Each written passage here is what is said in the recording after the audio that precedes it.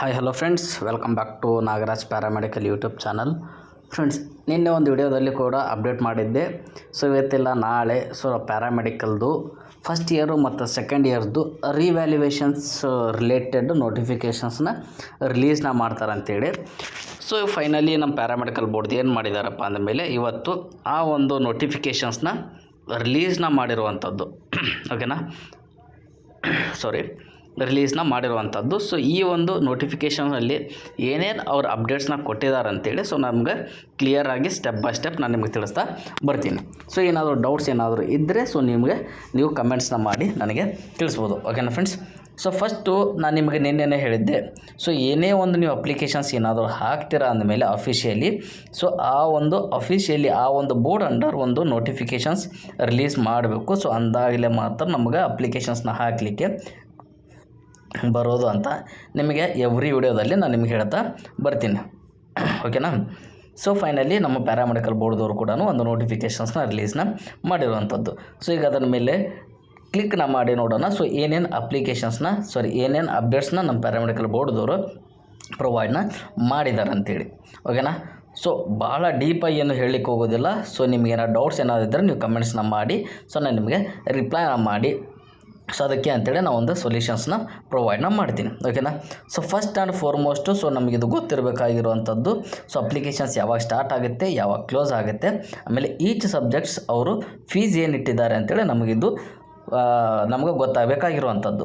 So first ನಮಗೆ ಗೊತ್ತಾಗಬೇಕಾಗಿದ್ದು so ಏನಪ್ಪ ಅಂದಮೇಲೆ ಫೋಟೋ ಕಾಪೀಸ್. ನೀವೇನಾದರೂ ಆನ್ಸರ್ ಬುಕ್ಲೆಟ್ಸ್ನ ತರಿಸ್ತೀರಾ ಅಂತಂದರೆ ಬೋರ್ಡಿಂದ ಒಂದು ಸಬ್ಜೆಕ್ಟ್ಸ್ಗೆ 300 ರೂಪೀಸ್ ಇರುವಂಥದ್ದು.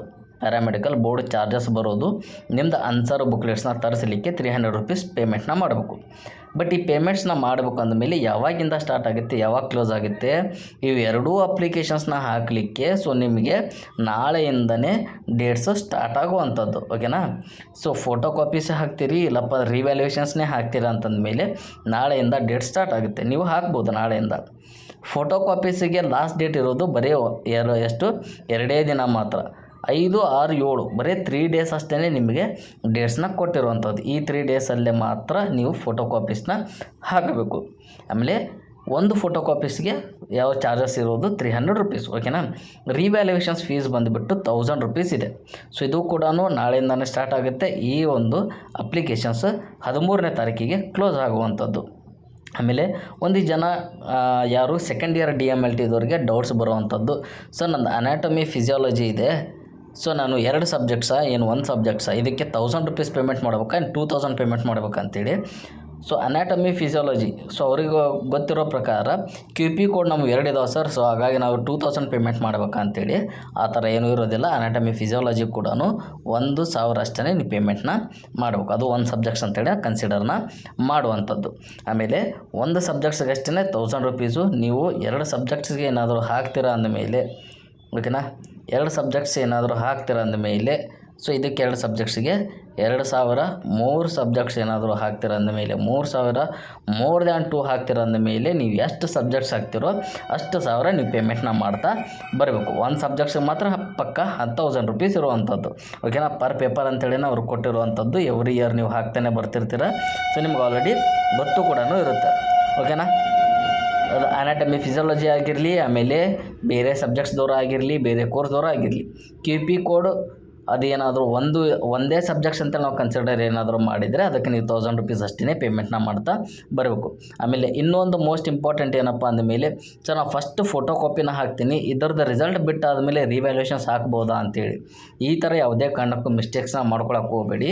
ಇದು ಫೋಟೋ ಕಾಪೀಸು, ಈ ಒಂದು ಫೋಟೋ ಕಾಪೀಸ್ನ ಅವರು ನಮ್ಮ ಕಡೆ ಸೆಂಡ್ ಮಾಡಬೇಕು ಅಂದಮೇಲೆ ನಿಮ್ಮದು ಯಾವುದೋ ಕಾಲೇಜಿಗೆ ಅದು ಡಿಲೇ ಕಂಪಲ್ಸರಿ, ಅದು ಡಿಲೇ ಆಗೇ ಆಗುತ್ತೆ. ಸೊ ಅದಕ್ಕಂತೇಳಿ ಅದಕ್ಕೆ ಯಾವುದೇ ಕಾರಣಕ್ಕೂ ವೇಟ್ನ ಮಾಡಲಾರ್ದೆ ನೀವು ಅಪ್ಲಿಕೇಶನ್ಸ್ ಏನಾದರೂ ಹಾಕ್ತೀರ ಅಂದಮೇಲೆ 2 ಅಟ್ ಅ ಟೈಮ್ ಬೇಕಾದರೆ ಹಾಕಿರಿ. ಆದರೆ ಫೋಟೋ ಕಾಪೀಸ್ ಬಂದಾದಮೇಲೆ ನಾನು ಚೆಕ್ನ ಮಾಡಿ ರಿವ್ಯಾಲ್ಯೂಷನ್ಸ್ ಹಾಕ್ತೀನಿ ಅಂದಮೇಲೆ ಈ ಥರ ಯಾವುದೇ ಕಾರಣಕ್ಕೂ ಮಿಸ್ಟೇಕ್ಸ್ನ ಮಾಡ್ಕೊಳ್ಳೋಕ್ಕೆ ಹೋಗಬೇಡಿ. ಏನಾದರೂ ಹಾಕ್ತೀರ ಅಂದಮೇಲೆ ಇಮ್ಮಿಡಿಯೇಟಾಗಿ 2 ಅಪ್ಲಿಕೇಶನ್ಸ್ ಹಾಕಿ ನಿಮಗೇನಾದರೂ ಕಾನ್ಫಿಡೆಂಟ್ ಏನಾದರೂ ಇದ್ದರೆ ನೀವು 100% ಪಾಸ್ ಆಗೇ ಆಗ್ತೀರ. ಓಕೆನಾ ಫ್ರೆಂಡ್ಸ್? ಸೊ ಇದು ಇವಾಗ ಸರ್ಕ್ಯುಲರ್ ಬಂದಿರುವಂಥ ಒಂದು ಸ್ಮಾಲ್ ಅಪ್ಡೇಟ್ಸ್ನ ನಿಮಗೆ ಪ್ರೊವೈಡ್ನ ಮಾಡ್ತಿರುವಂಥದ್ದು. ಆಮೇಲೆ ಇನ್ನೊಬ್ರು ಕೇಳ್ತಿದ್ದೀರಿ, ಸರ್ ರಿವ್ಯಾಲ್ಯೂಯೇಷನ್ಸ್ ಏನಾದರೂ ಹಾಕಬೇಕು ಅಂದಮೇಲೆ ಅದರ ಸಪೋರ್ಟಿಂಗ್ ಡಾಕ್ಯುಮೆಂಟ್ಸ್ ಏನು ಬೇಕು ಸರ್? ಓಕೆನಾ.